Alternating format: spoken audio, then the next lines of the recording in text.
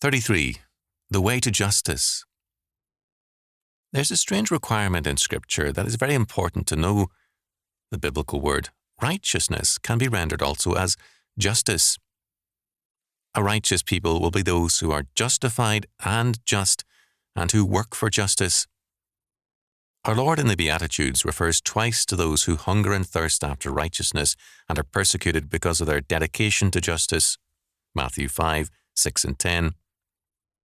We are blessed if we work for justice, and also if we suffer injustice for the Lord's sake.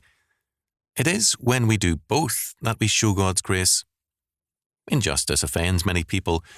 Those who work for justice, however, are not necessarily just themselves. Whether it's a person in the street, a judge, or a member of Congress, people want exemptions for their own sins and a judgment made on all other sins.